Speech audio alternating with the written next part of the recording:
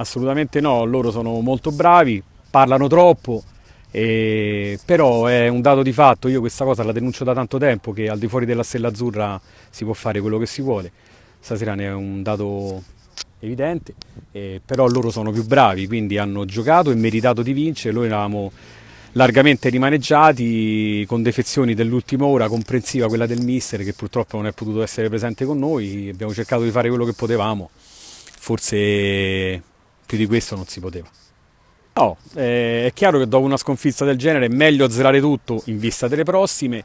Stasera abbiamo inserito Daniele Ugolini, devo dire molto molto bene, forse devo dire che è stato il migliore dei nostri secondo me.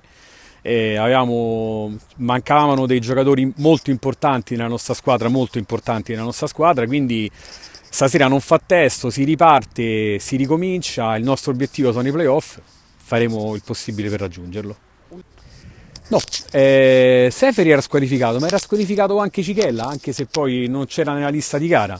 Questo è stato un motivo di grossa amarezza da parte mia, tant'è che questa sera ad un certo punto abbiamo pensato di non venire a disputare la partita, perché io trovo che sia incredibile questa cosa. Viene data a disposizione delle squadre la lista di gara che da tanti anni è un documento che ogni squadra prende a riferimento per vedere gli squalificati, per vedere i diffidati.